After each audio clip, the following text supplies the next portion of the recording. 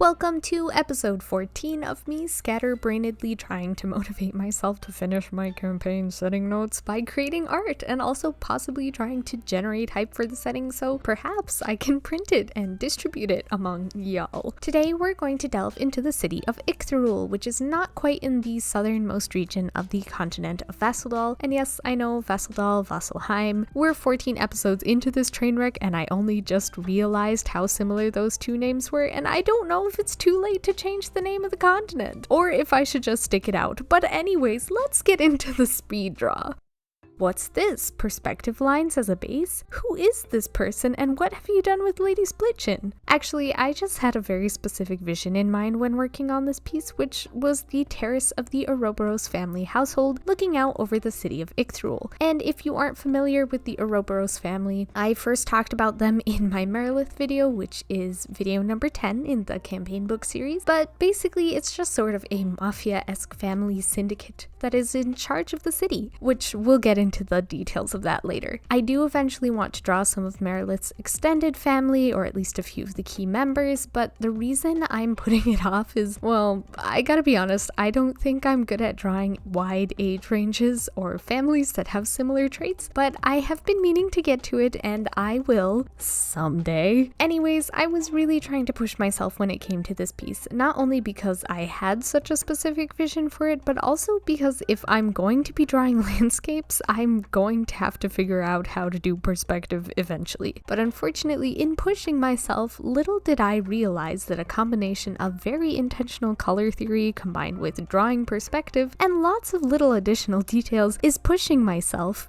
to the brink. As you can see, I am also working on a couple different layers and doing a relatively detailed sketch, which is pretty unusual for my recent work, but I definitely just don't think I have enough technical expertise to chunk out flats for a multi-layered perspective piece like this. So here's where I do start moving into blocking in like I normally do for the buildings that the terrace overlooks, and I'm going with this peach, yellow, orange, and blue color scheme. Don't get too attached to that because I do a big 180 and pretty much invert the color palette by the end of the piece. In hindsight, I do wish I stayed with this daytime color scheme because I actually kind of like these colors, and I don't know, I have mixed feelings about the colors that I ended up with, but you know what? It is what it is. I'm always a big fan of just getting any color down and doing adjustments later to solve that, and I do a lot of adjustments in this drawing to try and get myself to like the colors, and but you know, this is something that I'm just gonna have to get better at as I continue to practice drawing landscapes, I guess. So let's talk a little bit about the city itself. Welcome to Ic'tharuul, hometown of the beloved characters from my campaign book series, episodes 9, 10, and 11, Ezra, Merilith, and Isegwen. Ic'tharuul is a hot, arid place that has cool nights and breezes coming from the southern Aurorid Sea, allowing for growth of vegetation consisting of low woody plants, coarse grasses, and short trees. Most of the buildings are of earthen or stone construction, and in the day, the streets are speckled by brightly colored awnings and canopies to help shield the inhabitants from the high midday sun. By night, strings of lanterns lit by both regular and arcane means light the most frequented streets, while keeping some alleyways strategically dark. Ic'tharuul is of more recent construction than most of the cities around the continent, and is considered neutral territory, having no connections with either the Old Empire or the New Empire. Long before the current war between the empires, Ic'tharuul was a haven of temples and shrines to smaller deities and foreign gods, and often was frequented by sorcerer and cleric alike. In the most recent 100 years, a majority of the shrines and temples fell to disrepair and were eventually taken over by migrating gangs and underground societies that wanted an out-of-the-way yet centralized location to meet. All of them reduced to rubble, excepting the Demogorgon Temple, kept sacred by a Yuan-Ti family, in particular by a man that mob members would call Ouroboros. By providing the temple as neutral territory and a safe haven, supplying dire medical services to those injured in unlawful escapades, and laying down a strict cutthroat law by his own hand, Ouroboros earned the respect and loyalty of the various syndicates that frequented and resided in Ic'tharuul, so much so that the jurisdiction of the city fell almost entirely into the hands of his family and the few of his most trusted. While the continuing lineage of this family were equally ruthless and severe in their governing strategies, Ic'tharuul's reputation of organization and security made it extremely attractive attractive for not only smaller illicit organizations to ally with, but wanderers and outlanders too, especially those who lost their homes as a result of a strange phenomenon of once solid cities from the center of the continent being suddenly swallowed into the ground. Many sought to live under the protection and wealth of the Ouroboros family, and in more recent years, with the war between the New and Old Empire, defectors from both sides can be found in Ic'tharuul, with it not only as a convenient location between the two halves of the continent, but those who come may still be able to live relatively normal lives regardless of how sinister their past. With the new influx of people flocking to the city, Ic'tharuul has become more like a metropolis and less like a den of thieves, but inhabitants should always be keenly aware of the darkness that lurks in the shadows of each alleyway and whisper soft prayers to forgotten deities whose temples became the rubble that formed the cornerstones of their homes. Yes, I am making a powerful desert John Wick-esque mafia family to be a potential ally or enemy in my D&D campaign setting. You can't stop me. No one can! Also, no, I have not yet seen John Wick Chapter 4, but I definitely am planning to. I actually have a decent backlog of movies and TV series that I have been meaning to get to. For example, Puss in Boots, the new Avatar movie, Black Panther, The Last of Us, the D&D movie, among many, many others that I will not disclose because then you will truly see how embarrassingly long I have been putting off watching some of these movies and TV shows. I don't know if it's just me, but I always feel like I have to be in a certain mood to watch movies and TV shows because it has to be like a sit down and enjoy type of event, and that's not something that I really allow myself the luxury of while I'm home alone. And also, YouTube videos somehow seem more accessible. For some reason, sitting down and watching the most recent 45-minute episode of a TV series that I really want to watch somehow seems like a much bigger and more important commitment than watching 3 20-minute YouTube videos back to back. I don't know, it sounds really crazy saying it out loud, but that's kind of just how videos get categorized in my head. Anyways, you're not here to listen to me talk about my silly little brain and how it works. You're here to listen to me talk about D&D, art, and campaign building. As you can see clearly, I have decided to go for a nightscape instead, so everything is now blue and pink and purple.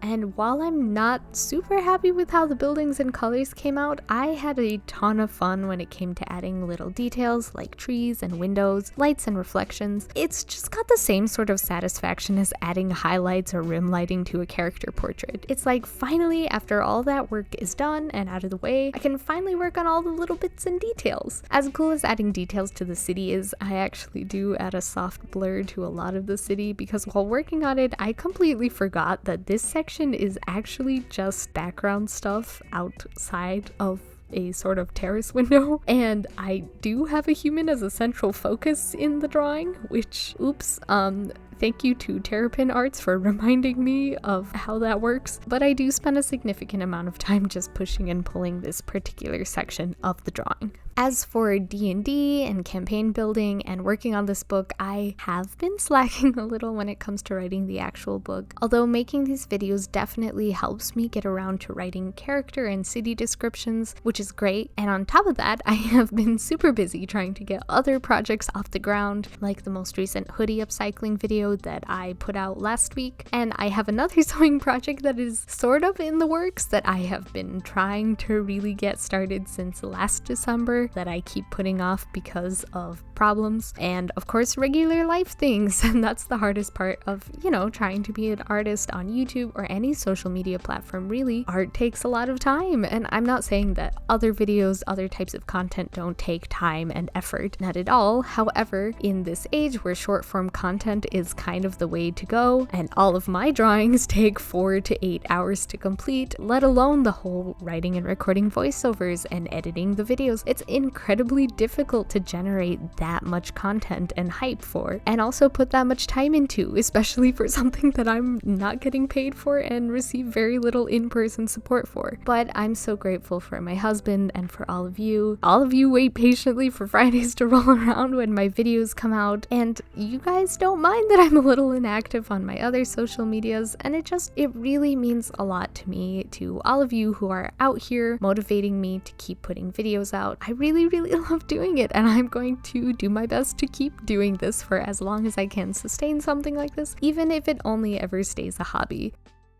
Okay, enough of the mushy sentimental stuff. We're gonna shove that all back down the bottle that it came out of. So here I finally start working on the building interior, bringing a lot of peachy, muted tones that are very 1960s Elizabeth Taylor Cleopatra movie that I have only seen screen grabs of and have never actually watched. But you know, I've got these nice arched windows with pillars and slightly vaulted ceilings, and this super cool statue in the background for no reason other than I think it suits the location well, and I enjoyed drawing marble and stone statues. Also, you can see the string lights in towns and also these lamps. Now, while artificers are popular in bigger, more legally established cities, electricity and light bulbs are not necessarily popular in Ic'tharuul. So in hindsight, they're just magic lights, and definitely not waterproof globe patio lighting outdoor string lights with shatterproof LED bulbs or anything like that. And same goes for the lanterns that are hanging from the ceilings. Definitely just magic, and definitely not me forgetting that this is a D&D setting. I originally was going to make the inside of the building have a very warm, almost red firelight, candlelight glow to it, which clearly is not the case anymore. Instead of creating a high contrast with orange and red, I decided that on the blue I would use warm accents and highlights. Not that there isn't a yellow cast left on the buildings outside from the lights, but instead of using just a light blue to sort of highlight things, I use an aqua to bring a little warmth to the cushions and the drapes. And I also add a bright yellow to add highlights onto the plants that have this indoor lighting being cast on them, and that helps me leave this sort of unified sense of color while also helping to create a distinct contrast between what's indoors and what is outdoors. As you saw on another layer, I used the snowflake mirror tool and quickly designed this fun little rug, which I rescaled and adjusted to suit the perspective of the room. It is a little crooked, but honestly I think that sort of matches the very laid back vibe that I have created in this room. So don't come for me in my wonky perspective. It's fine. As someone who has lived almost all of her life in a place that gets thoroughly plunged into both very, very cold winters as well as very, very hot summers, I have a really weird appreciation for buildings that are made for enjoying the weather. I went to a hotel once in a location that doesn't have huge weather fluctuations, and it had a lobby that went directly into a restaurant that had open air seating. I don't know, it just kind of blew my mind. Like, don't mistake me, I love living in a place that has all the seasons, but having grown up with my dad telling me to be sure I pull my tail in before I close the door when I've accidentally left it open for a little too long and either the AC or heat is going out, floor plans that just open out into the open and are intended to be left like that for long periods of time are just a weird, baffling little treat for me to enjoy. After adding in several multiply layers and a little bit of blurring, I create a much more dreamy, dramatic lighting situation while also sort of implying a vignette that points towards the person in the drawing who is, yes, our beloved Merilith, wondering what life has in store for her. With a little bit more adjustment to the lighting to highlight around Merilith and also a little more blurring in the foreground to lead the eyes towards our main character, I finally decide it's time to stop pushing and pulling and call it good. And here we are with our first peek into Ic'tharuul and Merilith's private life and her family history. You know what, now that it's been a while and I'm looking at it, I think the drawing turned out better than I originally gave myself credit for. Sure, it turned out pretty differently from how I originally wanted it to go, but as far as drawings that I've made go, this one definitely isn't as bad as I thought it was when I finished it. I am super sad about one thing though, and that is when I put it in my campaign book, I will inevitably be taking about half, if not more, of the drawing out to create a transition border like I do with my other landscape drawings, which was not something that I thought about or accounted for when I first started planning this piece out. Maybe I can save it for like some big splash image for the chapter on Ic'tharuul instead of just, as the good folks at Drawfee say, deleting my art. Whatever I end up deciding to do, thank you so much for joining me on this journey. If you're new, it would be great if you wanted to stick around. That's super cool of you. I try to post every Friday at the same time, and I will have art, D&D, or some other silly project I have up my sleeve, and yeah, go out, push your art limits, or delete your art. Whichever one suits you better. I don't know. Who knows? Not me.